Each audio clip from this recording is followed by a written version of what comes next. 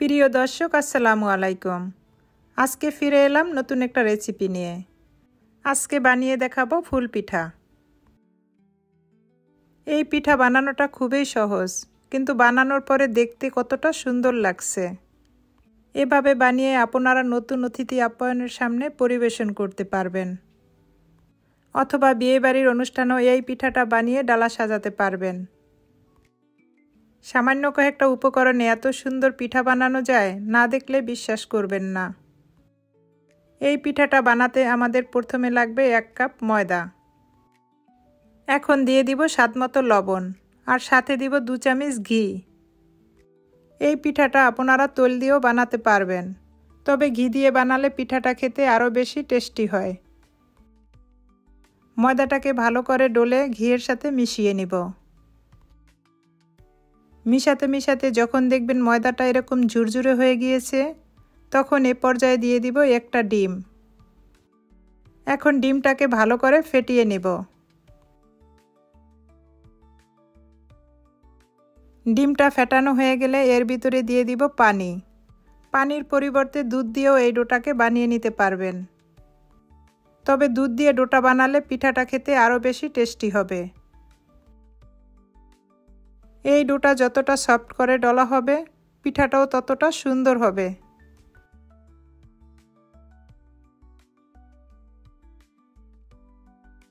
ডোটাকে একটু ভালো করে ডলে এটাকে 10 মিনিটের জন্য রেস্টে রেখে দিব। 10 মিনিট পরে আবার ফিরে এলাম। এখন ডোটাকে আরও একটু সুন্দর করে ভালো করে ডলে নিব।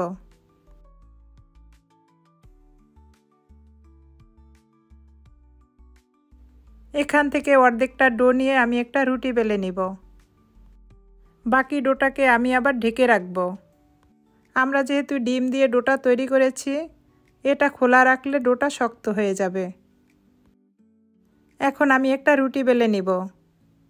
আমরা যে রেগুলার রুটিটা বেলি, সেই রকমই একটা রুটি বেলে নিব।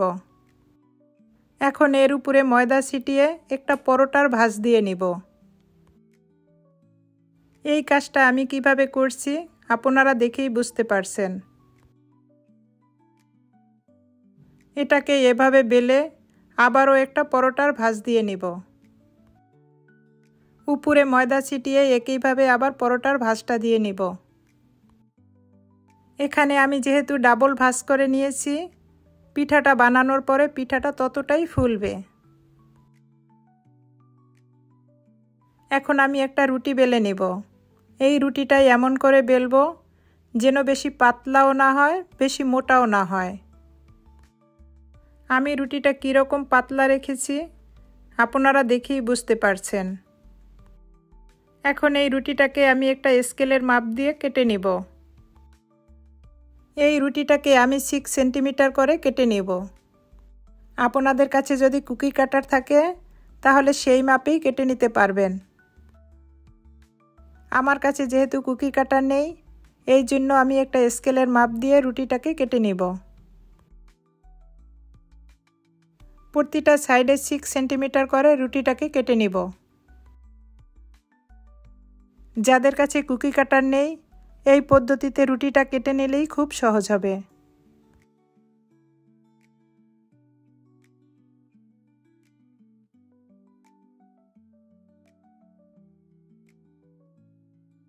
একই মাপে আমি সব রুটিগুলো কেটে নিয়েছি। দেখুন প্রতিটা সাইজ একই রকম হয়েছে।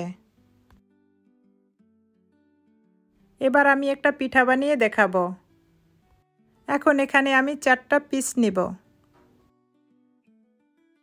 এভাবে 4টা পিস নিয়ে একটা ছুরির সাহায্যে ছাড়টাকে কেটে নিব। প্রতিটা সাইডে আমি মাঝ বরাবর সমান করে কেটে নিব। আমি কিভাবে কাজটা করতেছি আপনারা দেখেই বুঝতে পারছেন। এখন আমি ফুলটা বানিয়ে দেখাবো। প্রথমে একটা পিস নিয়ে তার উপরে আঠা লাগিয়ে দিব। এখানে আমি আগেই আঠাটা রেডি করে রেখেছি। প্রথমে আমি যেভাবে পিসটা বসিয়েছি, পরের পিসটাকেও আমি সেই উল্টোভাবে বসিয়ে দিব। পিসটাকে সোজাসুজি বসাবো না, প্রতিটা পিছেই উল্টো করে ঘুরিয়ে ঘুরিয়ে বসিয়ে দিব।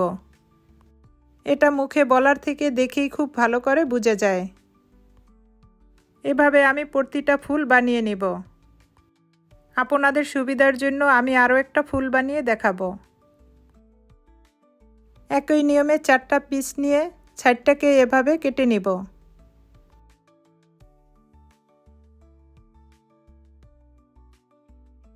সাইডটাকে যখন কাটা হয়ে যাবে তখন একটি পিচের উপরে আরেকটি পিস আঠা দিয়ে বসিয়ে দিব।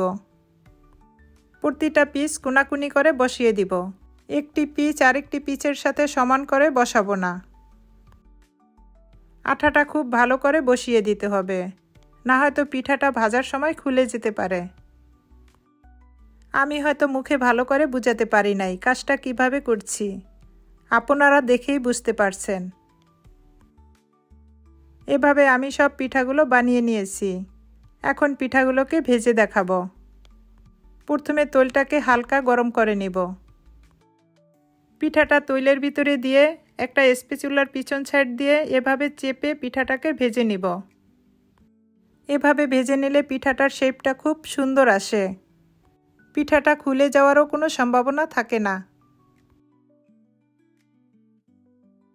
এখন তৈলটাকে একটা চামিচের সাহায্যে এভাবে ছিটিয়ে ছিটিয়ে দিব। তৈলটা যদি এভাবে দিয়ে দেওয়া হয় তাহলে পিঠাটা আরও বেশি ফুলে ওঠে। সবশেষে কাঠিটাকে তুলে ফেলব। দেখুন পিঠাটা কতটা সুন্দর ফুলেছে। এভাবে উল্টিয়ে পাল্টিয়ে মিডিয়াম আঁচে পিঠাটাকে ভেজে নিব। দেখুন পিঠাটা দেখতে কতটা সুন্দর হয়েছে। একই নিয়মে আরেকটা পিঠা ভেজে দেখাবো। আমার মনে হয় আপনাদের কাছে আমার এই ফুল পিঠার রেসিপিটা ভালো লাগবে। যদি ভালো লেগে থাকে বেশি বেশি শেয়ার করে আমার চ্যানেলটাকে সাবস্ক্রাইব করে রাখবেন আর বেল বাটনটা অন করে রাখবেন। এরকম নিত্য নতুন রেসিপি দেওয়া মাত্রই আপনার কাছে পৌঁছে যাবে। পিঠাগুলো দেখতে এতটাই সুন্দর হয়েছে, মনে হয় একটা গোলাপ ফুটে আছে।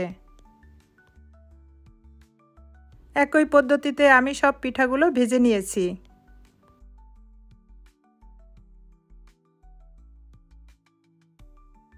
দেখুন আমার পিঠাগুলো দেখতে কতটা সুন্দর হয়েছে।